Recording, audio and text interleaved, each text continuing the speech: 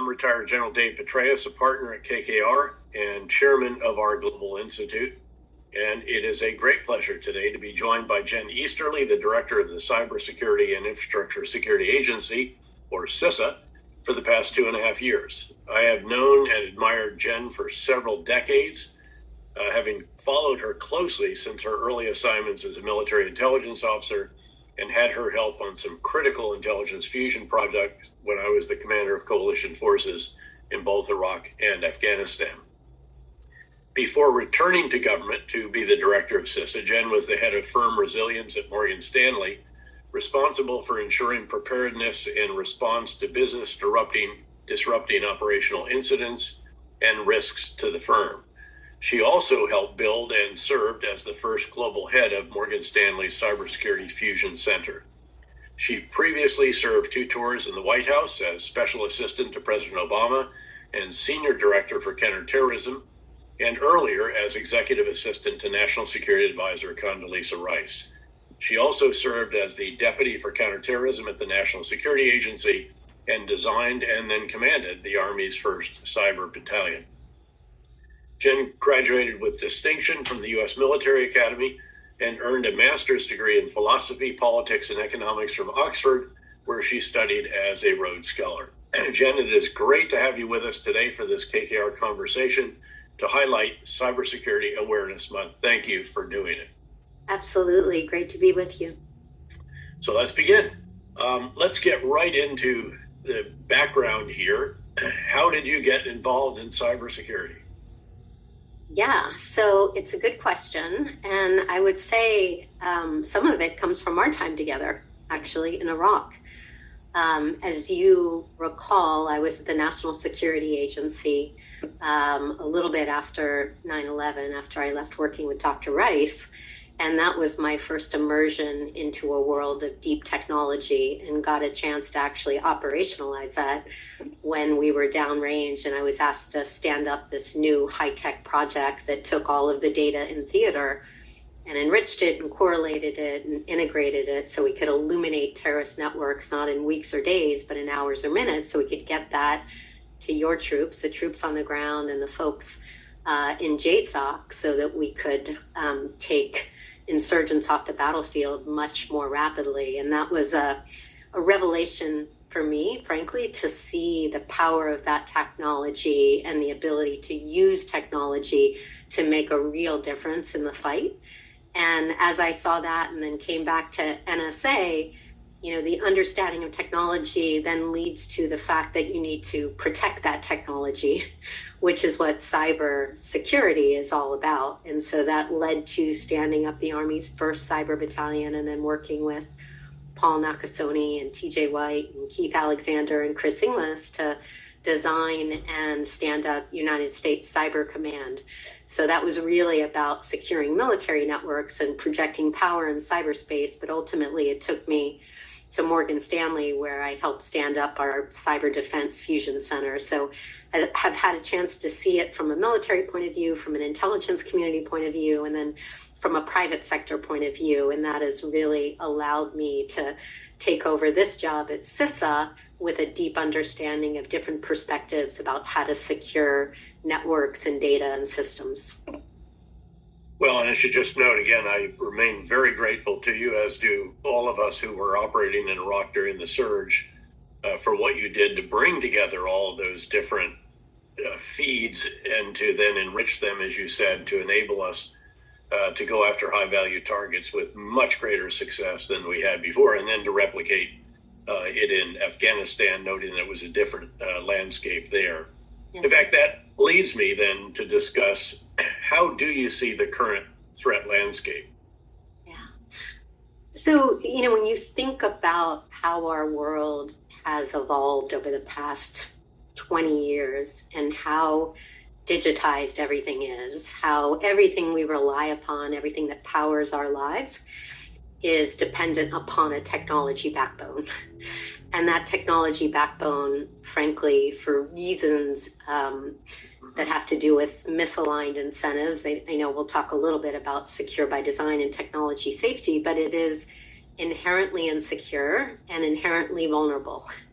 And so we live in a world now where there are nation state adversaries that are well resourced and highly sophisticated, like China and Russia, Iran, North Korea. And then the bar has been lowered for cyber criminals who can use tools at their will to be able to create intrusions into our networks. And so highly complicated. I would say within this landscape, there are two things that I am specifically focused on from my level as director of CISA. On a day-to-day basis, the focus is really about ransomware. And we saw an explosion in ransomware that really accompanied the pandemic, where the world moved to a remote posture.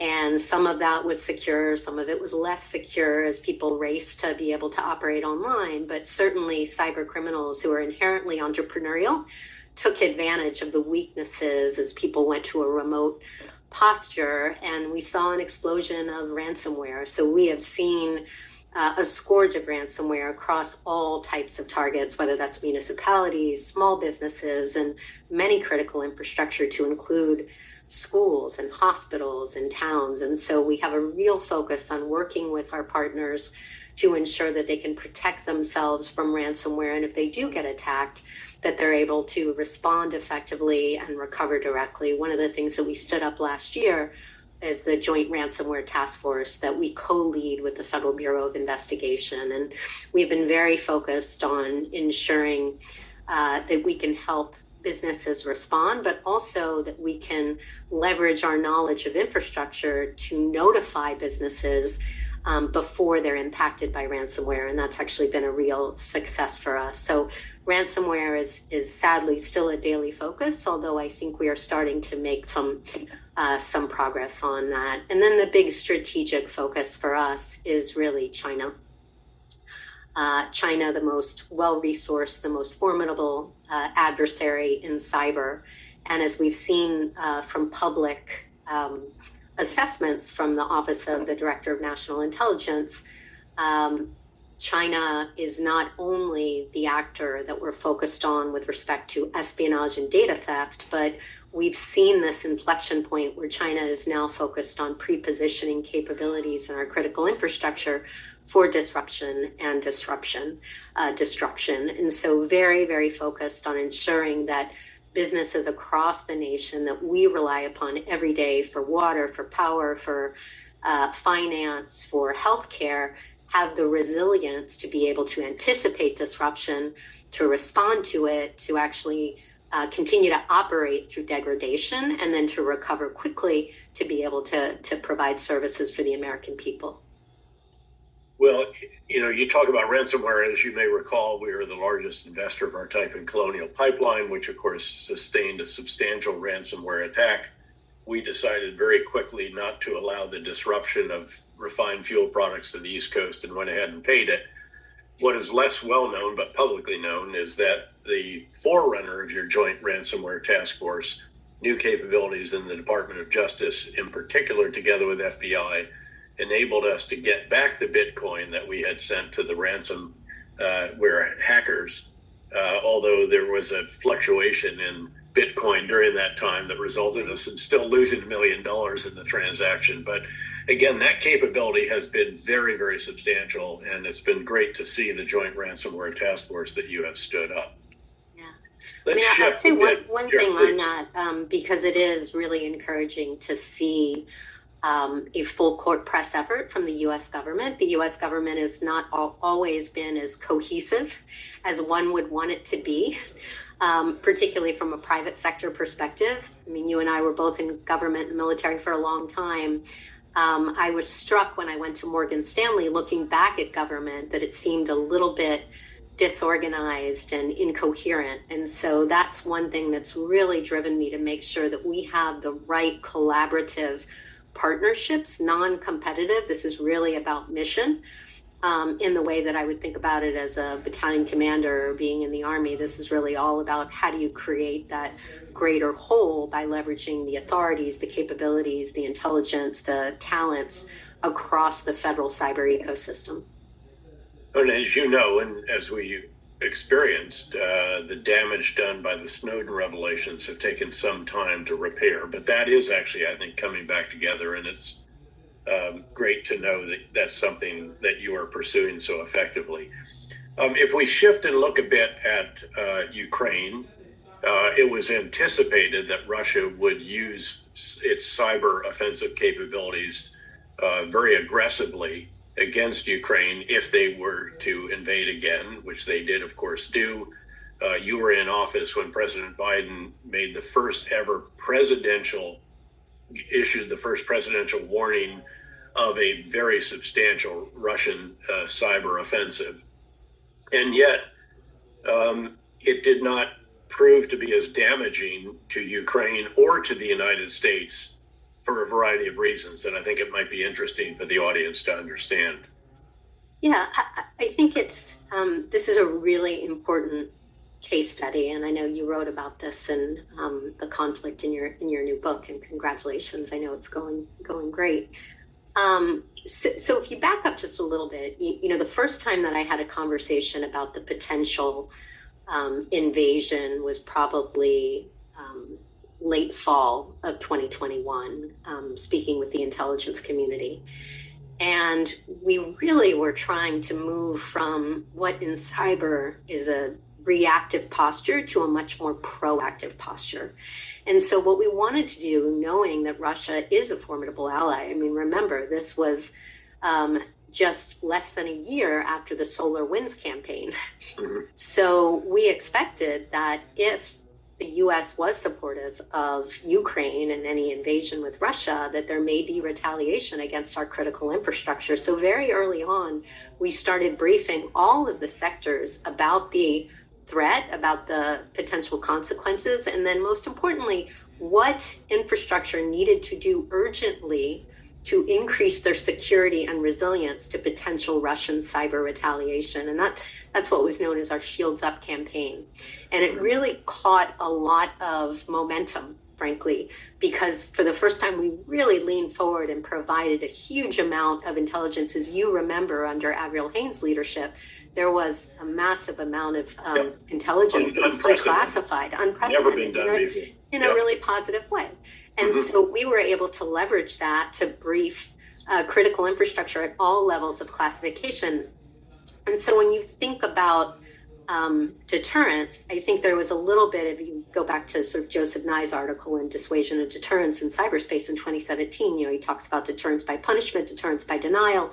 I think there is a bit of deterrence by denial there, in that we did help infrastructure actually raise the bar on their security. Now, with respect to why we haven't seen attacks here in the US, I think there's an element of deterrence by punishment because of the very stark warning that President Biden made to President Putin about going after our critical infrastructure. You recall that he made that after the Colonial Pipeline. And so I think, you know, there was a calculus made, particularly given all of the other miscalculation that Putin made, in that it was going to be a cakewalk into Ukraine, and that there was not going to be an international unity in fighting back against Russia. And so I think while he miscalculated on the first two, he correctly calculated that attacks here in the homeland would be very escalatory. And so we haven't seen that. I think we do have to recognize, though, sir, that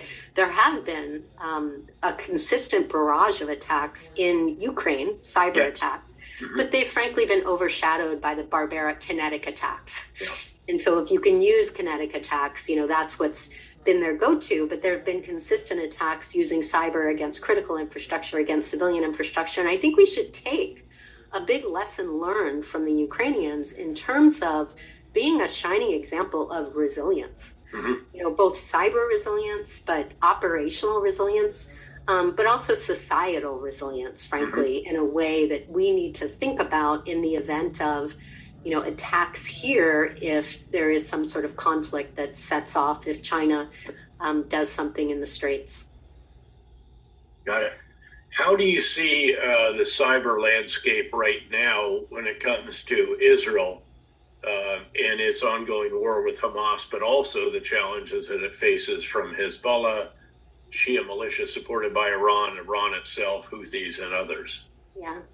So, of course, this is another situation that we are trying to lean forward as much as possible. First, to work with our Israeli cyber partners, the INCD. I've been in touch with my counterpart there, Gabby Portnoy, since October 7th, looking to help them understand the threat environment that we can see outside of Israel. As you know, they have pretty good optics into what's happening within the country. So we've been working with them. We've set up channels for information sharing, and they've sent us a couple requests for information. So working very closely together. But given the increasingly formidable nature of Iran's cyber capabilities, we are also making sure that we're very aware of any potential cyber retaliation, obviously in Israel, but here in the U.S. as well. And so that's something that we are also monitoring for, making sure that we are working very importantly with our technology partners who have incredible visibility given their placement and infrastructure around the world.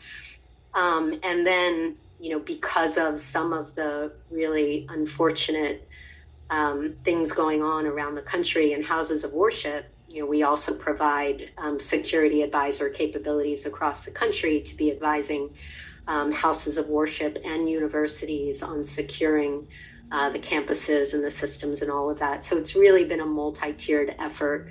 The last thing I'd say is, and maybe we'll get into AI. I think about AI from a perspective of a security person, obviously.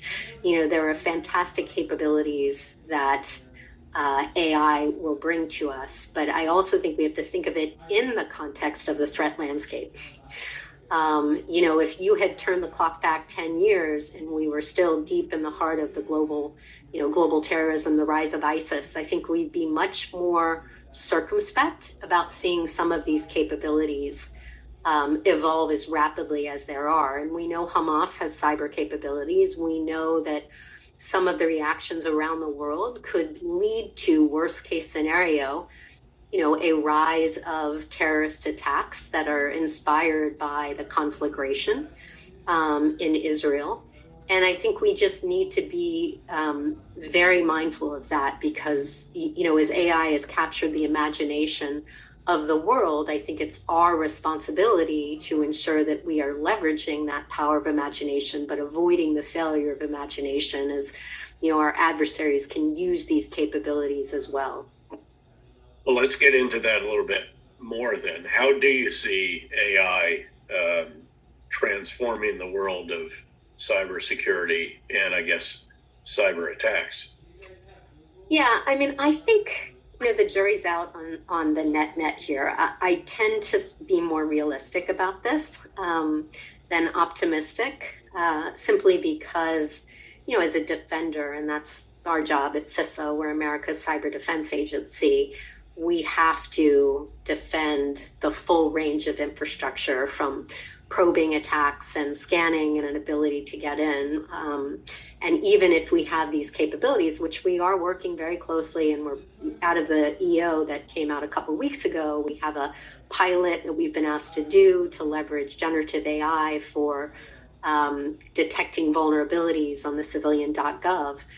I do worry that given some of the capabilities that will be developed by malicious threat actors, that there will be an overmatch. It'll be easier from an offensive perspective than a defensive perspective. All that said, we are certainly not sitting around admiring the problem. We've been working, we actually just released our AI roadmap. We have a multi-pronged effort that's focused on leveraging AI for cyber defense, assuring AI systems, ensuring in the same way that we do cyber red teaming, making sure that we can red team AI systems because they are inherently a form of software. And then finally, working with critical infrastructure owners and operators to ensure that we can protect them from both the full range of AI threats, both cyber, but then also chemical weapons, biological weapons, anything that could affect the integrity of critical infrastructure. To the second point, though, you always told me, and it's something that's always resonated with me and still resonates with the framing that I have from a leadership, is you got to get the big ideas right. And wrote an article with my head of cyber earlier this year that talked about, we're constantly in this sort of, rat treadmill thing where, we're trying to stay ahead of the adversary. The adversary is getting smarter, better resourced, more sophisticated. And the only way we posited that we can get a sustainable approach to cybersecurity, the most important thing is to create technology that is secure by design, right? We live in a world where technology was always about speed to market and features and driving down costs for competition. It was never about security. It's why we have an internet full of malware and software full of vulnerabilities and social media full of disinformation. And so we have to ensure that technology manufacturers are prioritizing security, and AI, first and foremost, needs to be built with safety and security in mind. And so, to that point of assuring AI systems, we've been working very hard with all of our partners with industry, but in particular with our UK partners in the National Cybersecurity Center. I was just in Bletchley for the AI Safety Summit, and we'll be releasing next week guidelines for secure AI software development, which is really what we think is most important as these companies race forward. They have to purposefully prioritize safety and security. Well, let's talk a little bit more about that, because you recently released a white paper on secure by design, and maybe you could explain that in more detail for the audience. Yeah, we did the first white paper actually in April. I gave a big address on this at Carnegie Mellon. And then we put this white paper out. We had NSA join us, FBI join us, and then 6 other foreign partners, the other Five Eyes plus Germany and the Netherlands, which is important, right? Because these companies, these big technology manufacturers, are multinational. And so getting that signal from international partners that this is an important thing both gives a signal to consumers who have to know what to ask for in terms of safe tech, and producers who we should expect to prioritize security. And the paper itself was very purposefully articulated, not in terms of tech, not in terms of geek speak, but in terms of business principles. 3 basic principles. Technology manufacturers must take responsibility for the security outcomes of their customers. That's the first one. 2, technology manufacturers must embrace accountability and radical transparency in terms of explaining what is in their products. And 3, technology manufacturers must be organized to ensure security from the very top. And we wanted to put this in terms of business because this is a matter of reputation, frankly, and client and customer security. And so it's really important to make that impact as a matter of good governance and corporate cyber responsibility. And so we did that first paper. We got terrific feedback from more international partners, from security researchers, from industry. And then in October, when I was out at Singapore Cyber Week, we published the next version, which had, I think, 6 additional foreign partners and some terrific granular detail on what right looks like to both technology manufacturers as well as consumers. So consumers know what to ask for, what right looks like. And, frankly, I've been really encouraged by what we're seeing from industry. When you think about the technology manufacturers that are perhaps the most important in the world, you look at a company like Microsoft that is in all of the government is the biggest customer for Microsoft. They're all over critical infrastructure.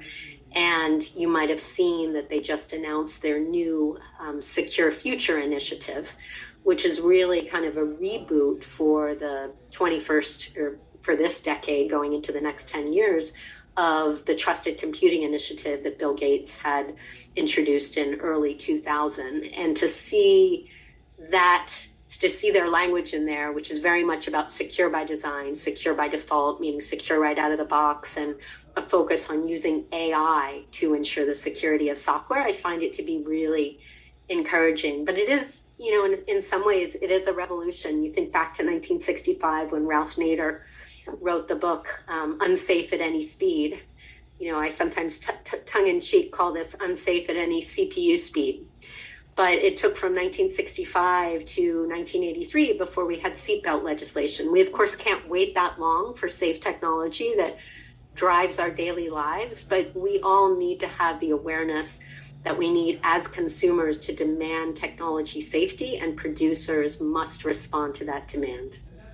How do you, at the end of the day, enforce that, though? I mean, how do you regulate it? How do you oversee to ensure that the technology developers and manufacturers actually do secure by design, especially given, frankly, a landscape in which the rush to get Internet of Things devices into the marketplace led them to basically put stuff out there that was unsecure by design, certainly when it came out of the box.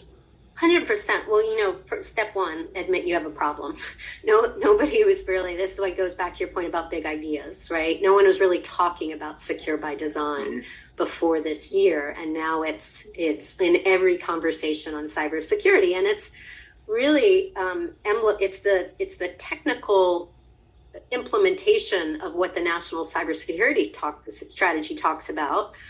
Was shifting the burden from the big technology manufacturers to the manufacturers, from individual consumers and small businesses that don't have the wherewithal to bear that burden. So first off, it's defining the problem, and then in terms of the various tools are out there. Do I think there's going to be regulation for technology anytime soon? No.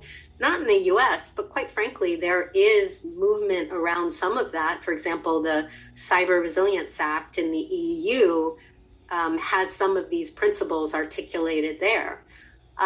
We also see, as you mentioned, the IoT, the Cyber Trust Mark, right? That was recently announced by the White House to sort of show that, hey, this is a rating of IoT devices that are more secure than others. And we're playing around with a secure by design, sort of leads as they have for environmental buildings. We're looking at, there's also something in the National Cybersecurity Strategy around software liability. So again, this is not going to happen as we snap our fingers, but I do think industry is getting the memo that frankly, the days of creating software that is full of vulnerabilities and then expecting users to patch it after the fact, I think that is people are starting to realize that is unacceptable. Well, that's a start. Are you thinking at all about the possibility of seeking legislation to empower you further? Yeah, I think if you waved a magic wand and you said one thing to make it the biggest difference in cybersecurity, it would be some sort of legislation that was more directive on the big technology manufacturers about creating products that were designed to dramatically drive down the number of exploitable flaws. You're not going to get to zero, but there are things that you can do to design them to drive that down in a very dramatic fashion. Do I think we're going to get there with everything else happening in the world? No, I don't. So we're trying to use every other lever that we can, to include working with some of the agencies that do have regulatory authorities, to help do some nudging, as my friend Cass Sunstein, who works here at the department, would say. It's a lot of this is about economic incentives and human behavior and knowing what to ask for. So let's back up a little bit, Jen, and talk about any other changes to the overall TTP, the tactics, techniques, and procedures of attackers in recent years. Yeah, the main one, first of all, broadly, what we have seen is just an increase in resourcing and increase in sophistication. So, we are constantly publishing advisories about tactics and techniques and how infrastructure owners and operators and small businesses and individuals can protect themselves from these increasingly sophisticated techniques. I would point to some work that we've done recently that I think is really, really important to anybody that runs a critical infrastructure company. And that's an advisory we did on Chinese state actors known as Volt Typhoon.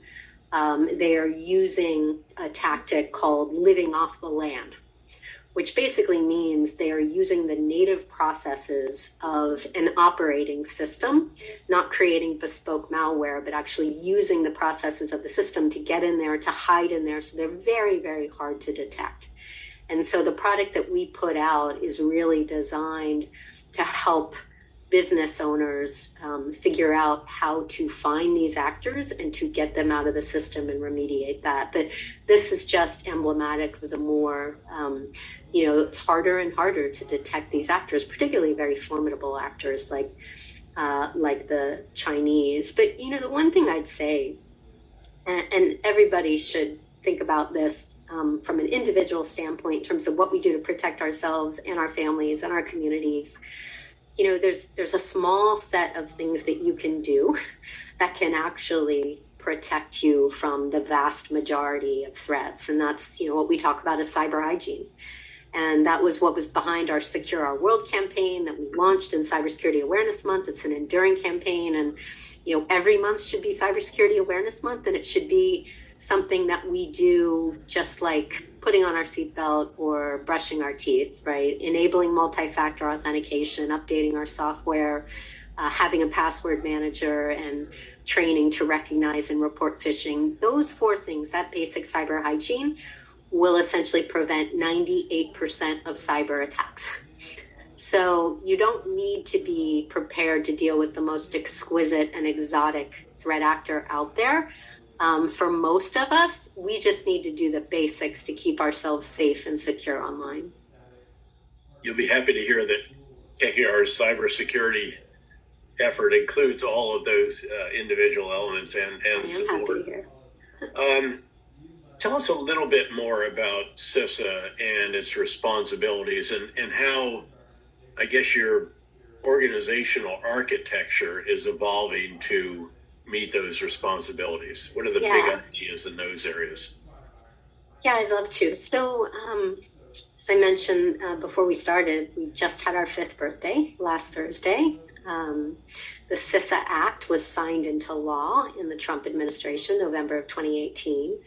The idea is we really didn't have a center of gravity for civilian cyber defense. There was something called NPPD, the National Programs Protection Directorate, which really came out of 9/11 and was very physical security focused. It started to grow with the cyber element, but as cyber security became more and more important, there was a recognition that we really needed a separate operational component that would serve as America's cyber defense agency. So we play that role.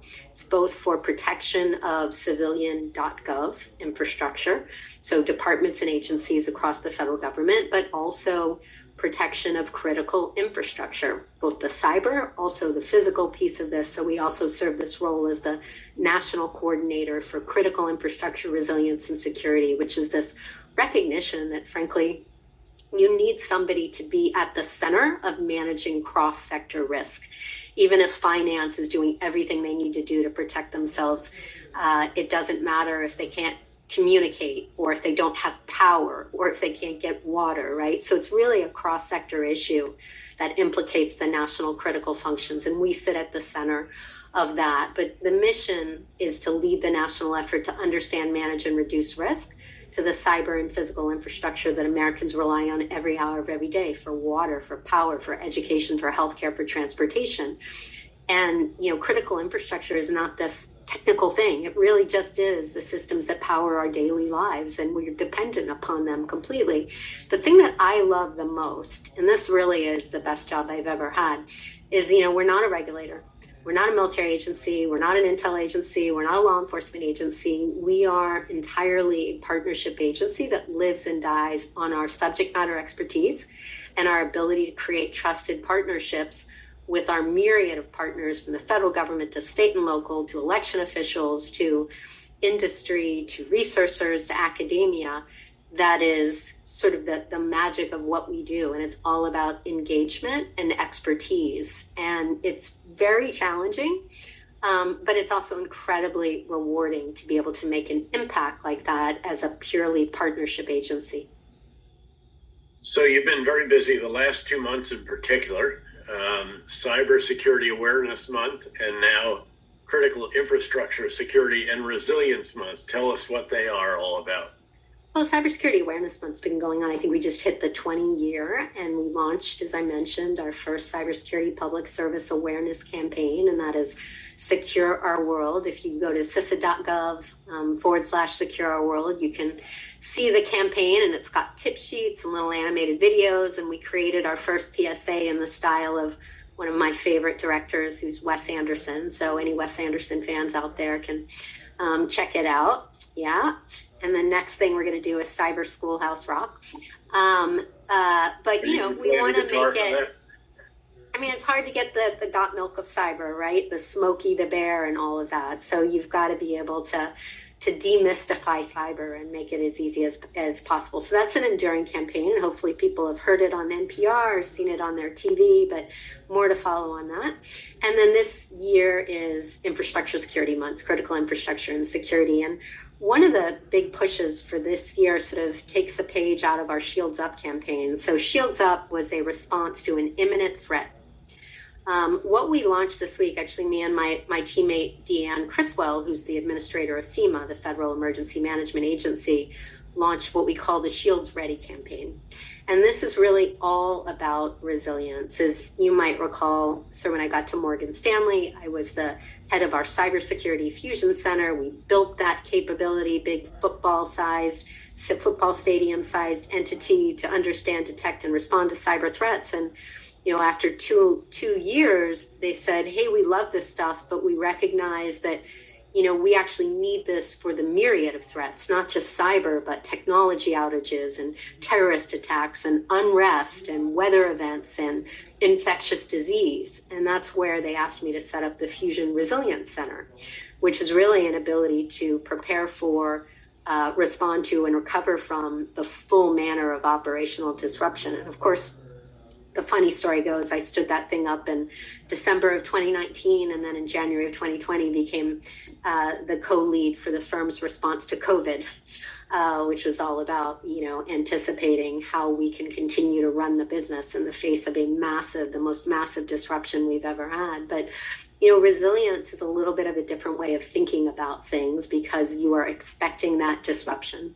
You're planning for it, you're exercising it, you know that you have to operate in a degraded state so that you can respond and then recover as quickly as possible. And one of the reasons, frankly, we launched that is just seeing what's happening in the threat landscape with respect to China. As it said very clearly in the intelligence community annual threat assessment, in the event of a conflict, China will almost certainly aggressively consider cyber operations against U.S. critical infrastructure, including pipelines and railroads, and is almost certainly capable of disrupting them. And so we do not want to be caught by surprise. We want to ensure that critical infrastructure owners and operators are prepared and have anticipated this disruption ahead of time.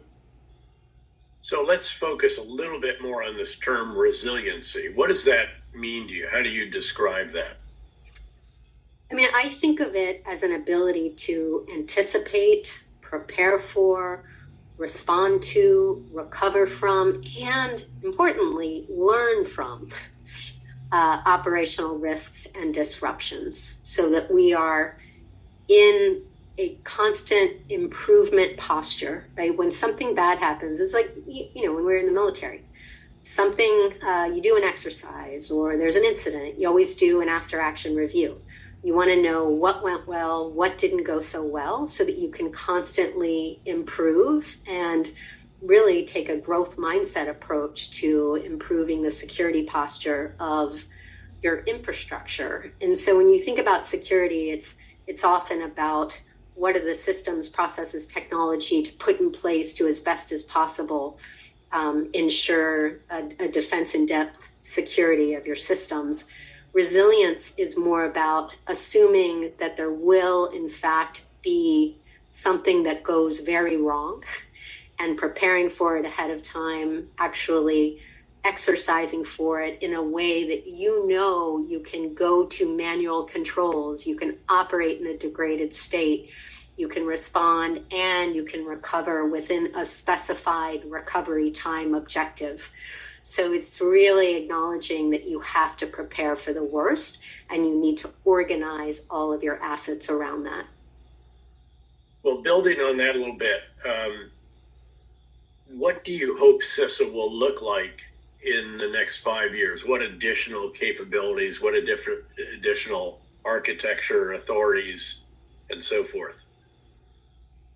Well, so we have grown incredibly quickly since we were established. I think we've grown by maybe 15% a year for a brand new agency. Went from less than $1 billion to now we're a $3 billion agency. Since I came in, we've hired 1,500 people, which is pretty exceptional for the kind of technology and cyber talent that we are going after. And I'm really, really proud that the team has been able to do that. But given the threats that we're facing, I do think that this agency needs to continue to grow, both in terms of budget and in terms of people. I think ultimately it should be, at least my friend John Katko, who was the ranking member on our authorizing subcommittee before he retired from Congress, used to talk about CISA being a $5 billion agency. I think we need to continue to grow to meet the mission and to meet the threats that we are facing as a nation. Obviously we can't get ahead of where the president's budget is, so that's all unofficial and off the record. But I think the threats that we're seeing really necessitate that we continue to grow to enable us to effectively defend the critical infrastructure that Americans rely on every hour of every day. And how do you see innovation in the cybersecurity vendor space over the next 5 years in terms of products and tool innovation? So, it's a really, really good question. And I do spend a lot of time with industry, as you can imagine, and also with the VC community. And let me give you first of all, my perspective seeing this from when I was in the private sector. And when I went in and sort of did the analysis of the variety of vendors that we had, I think there was this sort of almost, particularly in finance, if you remember in the 2012, 2013 timeframe, there was the distributed denial of service attacks by the Al-Qassam cyber fighters, the Iranians, right? And that was really a wake-up call for the banks. And it didn't affect the integrity of the data, but people couldn't get to their websites. And so there was a lot of, really, it was the heyday of vendors. And there was a lot of sort of buying of different solutions. And one of the downsides of that was it ended up creating a huge amount of noise because you had a lot of solutions, but they were not well integrated in one platform. And so we actually ended up removing some of those vendors to ensure that we could actually reduce the amount of noise, and increase the signal so that we were better at detecting malicious activity. So I think a little bit about that with respect to how I approach cybersecurity, both for the federal government, but in particular when we are advising some of the what we call target-rich cyber poor entities in terms of how they deal with bringing on cybersecurity vendors. You want to make sure that whatever you're doing is integrated effectively. I do, just given in particular what's going on with AI, and I just actually brought my acquisition and contracting team together on this last week. I want to ensure that we are able to take advantage of the innovation happening right now. Oftentimes there's this skew towards the huge integrators and their subcontractors, and they're not always the best solution. And so you want to be able to work with some of these startups, to work with some of these smaller companies that have incredible innovation. I was at a thing with General Catalyst the VC a couple of weeks ago, where there were a couple of these smaller AI companies that were doing really cool, creative things. So we now have an ability to bring in non-traditional vendors and some of the smaller ones and to do pilot projects. And so that is also very important to me, because we want to take take advantage of the innovation happening, especially the innovation happening in the AI space, while also, I always have to add, ensuring that we are doing it responsibly with the right level of governance to ensure safety and security. For what it's worth, we see the same situation. We're in the national security space, obviously, and again, the innovation often is to be found in, needless to say, the smaller companies, the startups, the growth tech investments, and so forth. And we seek to enable that very much, and hope that they can often survive and not just get gobbled up by the major manufacturers, because it often then limits the ability of them to continue to innovate very, very rapidly, and the entrepreneurship that's so important. So we're going to wrap up with 4 quick lightning round questions. The first is, what is the significance of the shark over your right shoulder in the picture? So, my first duty assignment, you might recall, was the 25th Infantry Division, Schofield Barracks, Hawaii. And friendship duty. Yep. Yeah. Well, we did 6 months in Haiti. There was, I lived up on the North Shore, up on Pipeline Beach, right near Waimea Bay, and did a lot of shore diving and just loved the water. And my husband saw that on a skateboard outside an antique store and bought that for me for my birthday. And it goes wherever I go.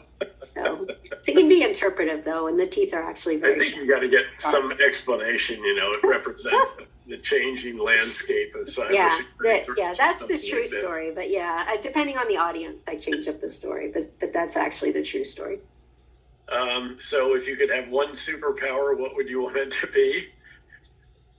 Noting that you have several in the eyes of your admirers, by the way. Yeah, I don't know about that. Do you remember The Matrix? Have you ever seen that movie? Yeah. Yeah. You remember Tank, and when Trinity has to drive the helicopter, and Neo gets the skills to do all sorts of martial arts. They just basically download information that makes them experts at things. I would like to be able to download all kinds of things and just have it in my brain. I think that would, that's what I would want. So maybe, when we get there someday, when we're living in the Matrix, that would be coming soon to a theater near us, I suspect. Exactly. Favorite concert musician? Oh, I have so many. I'm trying. Did I tell you? So I've been starting with my electric guitar. I know. I've been tracking this. Yes. Well, I think most recently I just went to see. By the way, I highly recommend U2 at the Sphere in Vegas. Have you been to the Sphere? I have not. Oh my gosh, it's fantastic. It was fantastic. I went there. I was in Vegas to do something for a keynote for something, and then I went to get a. So do you know what the Sphere is? Yes. Yeah. Right. Yep. So I got this briefing on the security, which is amazing, right? Because they're worried, obviously, you wouldn't want something untoward to be on the outside of the Sphere. But also got a chance to take my husband to U2.